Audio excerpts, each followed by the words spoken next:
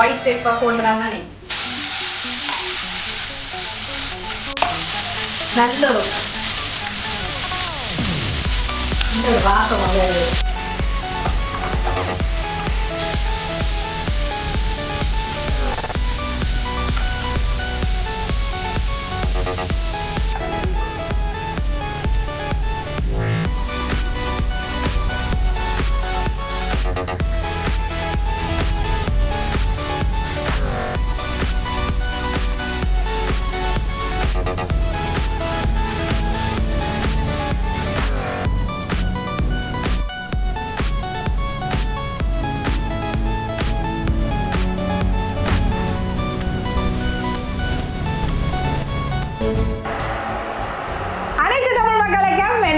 வணக்கங்கள் மக்களே. இன்றைக்கும் ஒரு சூப்பரான ஒரு சாப்பாடு. இதுவும் பார்த்தீங்களா இத்தாலியன் சாப்பாடு தான். இத்தாலியன் சாப்பாடு அங்கே நல்ல ஃபேமஸான ஒரு சாப்பாடு. என்ன சாப்பாடுன்னு தானே கேட்குறீங்க. என்ன சாப்பாடுன்னு பார்த்தால் பாஸ்டா. எப்படின்னு பார்த்தா ஈஸியாக குட்டீஸுக்கு பிடிச்ச மாதிரி செய்ய போகிறேன். எந்த ஸ்டைலில் செய்ய போகிறேன். இத்தாலியன் ஸ்டைலும் கொஞ்சம் இருக்குது அதுக்குள்ள. அப்போ எப்படி செய்கிறேன்னு பார்க்கலாம் வாங்க. அது மட்டும் இல்லாமல் இதை மாதிரியே பார்த்து நீங்களும் செய்யுங்க மக்களே. செய்து போட்டு கீழே மறக்காமல் கமெண்ட்ஸ் பண்ணுங்கள். இன்னொன்று சொல்லணும் என்னென்னா, கனகால நான் வீடியோ போடலை யூடியூப்பில்.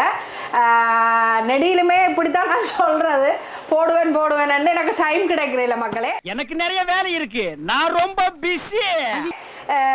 நீங்கள் இந்த வீடியோ பார்க்குறார்கள், புதுசாக பார்க்குறார்கள், சப்ஸ்கிரைப் பண்ணுங்கள்.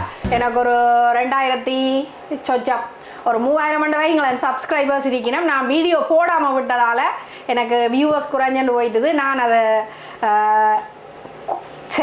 தொடர்ந்து செய்யணும்னு ஆசைப்பட்றேன். அதனுடைய எனக்கு சப்போர்ட் பண்ணுங்கள். இப்போ வாங்க என்ன மாதிரி பாஸ்டா செய்யலாம்ன்றதை பார்ப்போம். நல்ல சூப்பரான மணமும் குணமுமான ஒரு பாஸ்டா. ஈஸியான மெத்தட் தான் இது, ஈஸியாக செய்யலாம். வாங்க பார்ப்போம் அப்படின்னு. இப்போ முதல்ல நான் என்ன செய்திருக்கிறேன்னு பார்த்தீங்களா, சுடு தண்ணி வச்சிருக்கிறேன். இதுக்குள்ள தேவையான அளவு உப்பு போடுவோம். அந்த பேஸ்டாக்கு தேவையான அளவு, உங்களுக்கு எவ்வளவு பேஸ்டா எடுக்கிறீங்களோ அதுதான் கணக்கு. இப்போ ஒரு 2 சுண்டு எடுத்து வச்சுக்கிறேன். 2 சுண்டு பேஸ்டா எடுத்து வச்சுக்கிறேன். அதை இதுக்குள்ள போட போகிறேன். அதுக்கு முதல் என்ன செய்யணும், மறந்து போனேன்.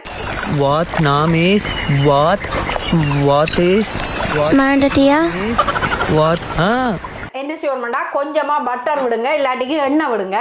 நான் ஒலிவ் ஆயில் விட போகிறேன். எப்படி என்றால் ஒரு 10 டீஸ்பூன்னு சொல்லுங்களேன். 10 டீஸ்பூன் அப்படி விடுங்க இதுக்கு. சரியோ, விட்டாச்சு. ஏன் விடுறதுண்டா, பேஸ்டா ஒன்றோட ஒன்று ஒட்டாமல் இருக்கும். அதுக்காக இப்போ நாங்கள் இந்த எண்ணெயை கொஞ்சம் தண்ணியோடு கலந்துட்டு இதுக்குள்ளேயே பேஸ்டாவை கொட்டி மூட போகிறோம். இப்போ இதை கொஞ்சம் இந்த பேஸ்டாவை கலந்து விட்டுட்டு இதுக்கு தண்ணி காணாட்டிக்கு நான் சுடு தண்ணி வச்சுருக்கிறேன், அதில் ஊற்ற போகிறேன். இப்போ இதை இப்படியே அவியட்டம் மூடி வச்சுட்டு பார்த்தீங்களா ஒயிட் சோஸ் செய்ய போகிறேன். எப்படி என்றால், இந்த சட்டியில் 50 கிராம்மா 50 கிராம் பட்டர், தேவையான அளவு உப்பு. மா வந்து கட்டிப்படாமல் இருக்கும், அதுக்காக இது உருகட்டும். அதோடு சேர்த்து பார்த்தீங்கன்னா பால் எடுத்து வச்சுக்கிறேன். அது ஒரு 500 ml பால் வரும். 500 ml பால் எடுத்து வச்சுக்கிறேன். இவர் உருகட்டும். பாருங்கள் இப்படி உருகட்டும். இத்தாலியில் கூடுதலாக இந்த கொரியானோ தானே, ஒரியானோ வடிவா ஸ்பெல் தெரியல, ஒரியானோண்டு இதுதான் போடுறது கூடுதலாக. இதுக்கும் எடுத்து வச்சுக்கிறேன். இப்போ பாஸ்டாவை பார்த்தீங்களன்னு சொன்னால் நல்லா அவிய தேவையில்லை, ஒரு அளவு அவிஞ்சிட்டு தாண்டா காணும். நான் கொஞ்சம் கூட அவிய விடுறேன். கொஞ்சம் கிளறி விடுவோம். எண்ணெய் விட்டது அடிப்பிடிக்காது, ஆனால் அவிஞ்சிட்டு தோண்டு நாங்கள் பார்க்கணும். அவியலை. இப்போ நெய் உருகிட்டுது. ஓகே மக்களே, இப்போ பார்த்தீங்களா நெய்யை பார்த்தீங்களா இப்படி உருகிட்டுது. இதுக்குள்ளே தேவையான அளவு கொஞ்சமாக உப்பு போட போகிறேன். ஒயிட் சோஸுக்கும் உப்பு போட தானே வேணும். அப்போ அதுக்காக கொஞ்சமாக உப்பு போட போகிறேன். கணக்க போடாதீங்க, அளவா இந்தா இவ்வளோ உப்பு போட்டிருக்கு. இதுக்குள்ளே பார்த்தீங்களா நான் ஒரு 50 கிராம் கோதும்பமா எடுத்து வச்சுக்கிறேன். அதை இதுக்குள்ளே போட்டுட்டு இதை நாங்கள் இப்படியே இந்த நெய்யோட சேர்த்து கலக்க போகிறோம். அந்த நெய்யோட சேர்ந்து அந்த கோதும்பமா இப்படி வந்திருக்கு. இப்போ இதுக்குள்ளே எடுத்து வச்சிருக்கிற இந்த பாலை விட போகிறேன். ஏன்னு சொன்னால் இந்த ஆகலும் கூட கொதிக்க விடக்கூடாது.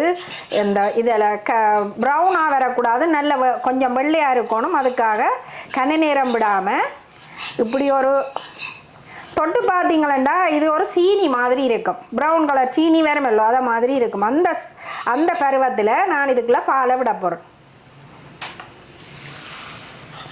பாலை விட்டுட்டு கொஞ்சம் கொஞ்சமாக கட்டி விடாமல் கிளப்பேன். அந்த கட்டி விடாமல் இருக்கிறதுக்காக தான் கொஞ்சம் கொஞ்சமாக விடுறது.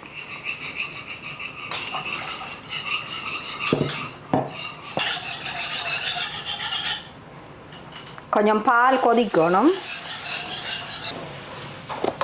இப்போ பார்த்தீங்கன்னா கொஞ்சமாக ஒரு பெப்பர் தூள் போட போகிறேன். இதையும் போட்டுட்டு கட்டியாக எடுக்கக்கூடாது. இப்போ நான் இதை இறக்க போகிறேன். இந்த இதுக்குள்ளேயே ஊற்றி வைக்க போகிறேன். இப்படி தண்ணியாக கொஞ்சம் இருக்கணும்.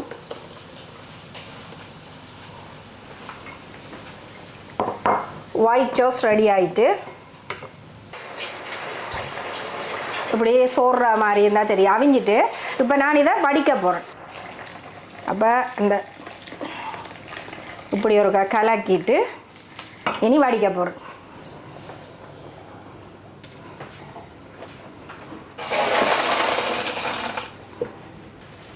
சட்டி சூடு வரட்டும். சிக்கன் போட்டு தான் செய்ய போகிறேன். சிக்கன் பேஸ்டா தான். வெஜிடபிள் எல்லாம் பட்டி வச்சுக்கிறேன். பார்த்தீங்களா உள்ளி, லீக்ஸ் இருக்குது, மஞ்சளும் சிவப்பும் போட்ட குடமிளகாய், கேரட், கொஞ்சமாக ப்ரோக்கோலி, அதோடு சேர்த்து பார்த்தீங்களா சிக்கன் பிரட்டி ஃப்ரிட்ஜில் வச்சுக்கிறேன்.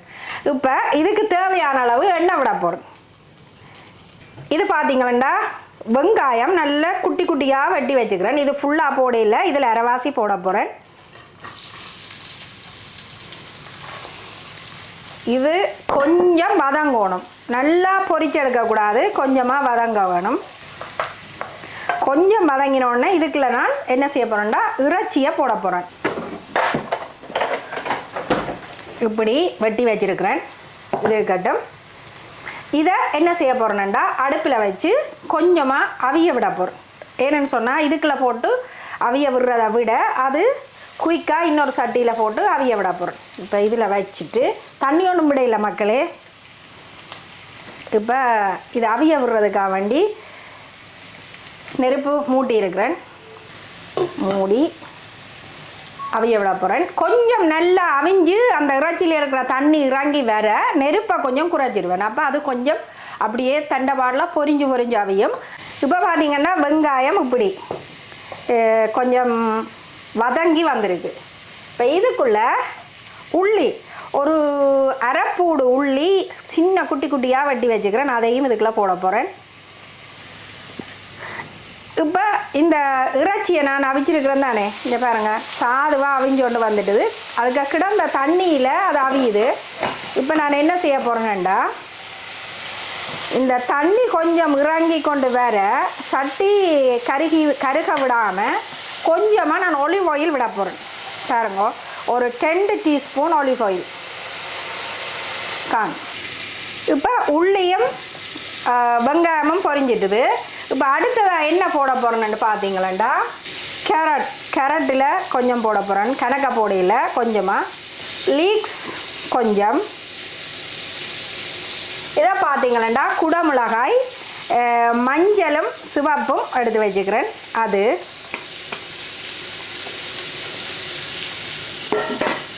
அதோடு சேர்த்து ப்ரோக்கோலி பாருங்க பச்சை கலர், அதுலேயும் கொஞ்சம் போடுறேன். கணக்க போடையில் கொஞ்சம். இப்போ இது எல்லாத்தையுமே இந்த இதுக்குள்ள இருக்கிற எண்ணெயில் நல்லா வதங்க விட போகிறோம். இதுக்கு கொஞ்சமாக உப்பு போட போகிறேன். போட்டுட்டு தண்ணி ஒன்றும் விடாமல் இதை அப்படியே மூடி கொஞ்சம் அவிய விட போகிறோம். இதுக்கு விட்ட எண்ணெய் காணும், அதோட இப்படியே மூடி அவிய விட போகிறோம்.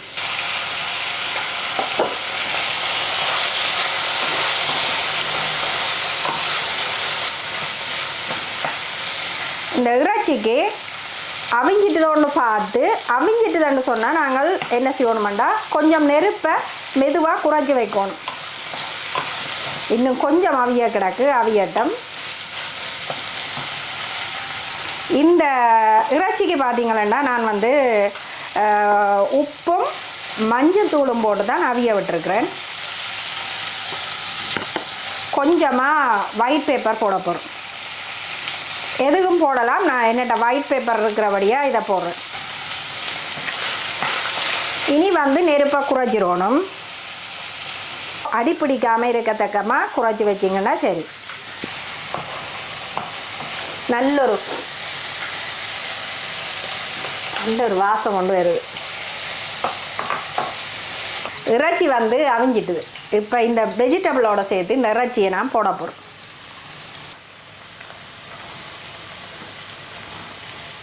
இவ்வளோ வெண்ணெய் மிஞ்சி இருக்குது அதில்.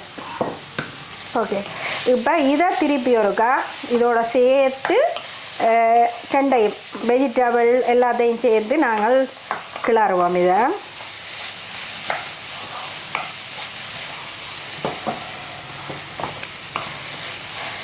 ஒருக்கா அந்த இறைச்சி போட்ட நாங்கள்லானே, அப்போ நாங்கள் என்ன செய்வோம்டா அந்த இறைச்சியை போட்டதுக்கு ஒருக்கா மூடி வைப்போம். இப்போ பார்த்தீங்கன்னா பேஸ்ட்டாக எடுக்க போகிறோம். எப்படி இருக்குன்னு பார்த்தீங்களோ, இப்படி நல்லா ஒண்டொண்டா உதிரி உதிரியாக வந்திருக்குது. இப்படி தான் அந்த பேஸ்ட்டை நாங்கள் வடித்த பிறகு உதிரி உதிரியாக வரணும். அப்போ தான் அந்த அதுக்குள்ளே போடைக்க குழஞ்சி வராமல் நல்லா இருக்கும். இப்போ பாருங்கள், இதில் இந்த பேஸ்ட்டை எப்படி அவிஞ்சிருக்குன்னு பாருங்கள், நல்லா சாஃப்டாக அவிஞ்சிருக்கு. இப்போ இதை திறந்து பார்ப்போம். சரியோ, எல்லாம் பெப்பர், இந்த வெஜிடபிள்ஸ், ஒலிவ் ஆயில் எல்லாம் விட்டால் அது ஒரு சூப்பரான ஒரு ஃப்ளேவர் உண்டு. அப்படியே காற்றோட காற்றாக வருது, சூப்பராக இருக்குது. இப்போ இதுக்குள்ளே நான் இதை போட போகிறேன். இந்த பேஸ்ட்டாவை கொஞ்சம் கொஞ்சமாக கொட்டி இதோட சேர்த்து கிளற போகிறோம்.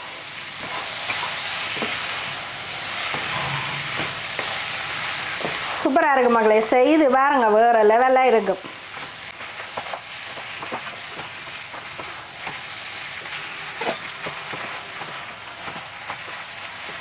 இப்போ வெஜிடபிள் எல்லாம் கலந்துட்டேன்.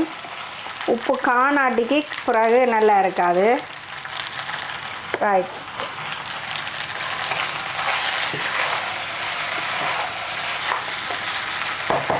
அலுவல் முடிஞ்சுது. இப்போ என்ன செய்ய போகிறோம்டா, காய்ச்சி வச்சிருக்கிற ஒயிட் சோஸ் இருக்குது தானே, இதை இதுக்குள்ள ஊற்ற போகிறோம். அதுக்கு முதல்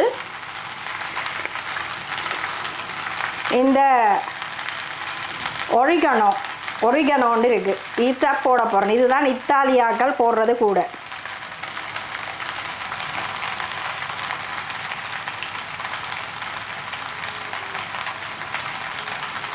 ரைட், இப்போ இதையும் ஒரு பிரட்டுவோம்.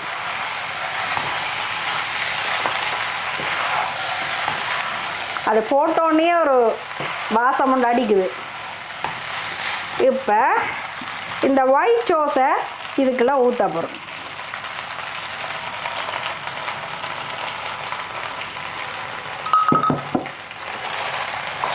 அடுப்பை நிப்பாட்டுவோம். இந்த கீட் காணும், இதில் இருக்கிற கீட் காணும்.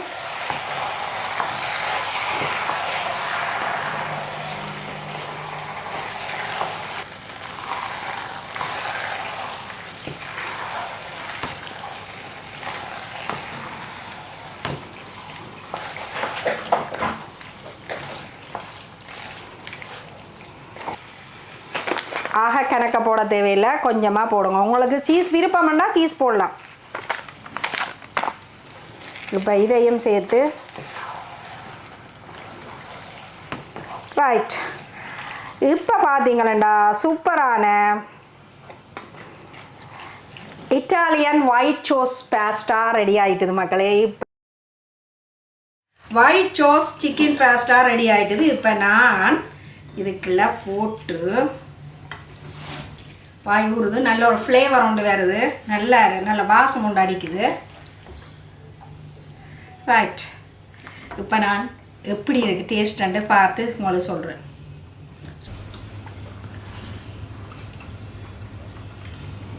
அப்படி ஒரு மணமும் அந்த ஒயிட் சோஸ் பாஸ்டான்ற ஒரு வாசமும் அந்த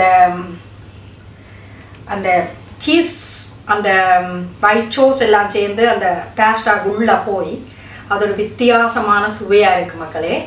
நீங்கள் கட்டாயம் செய்து பாருங்க.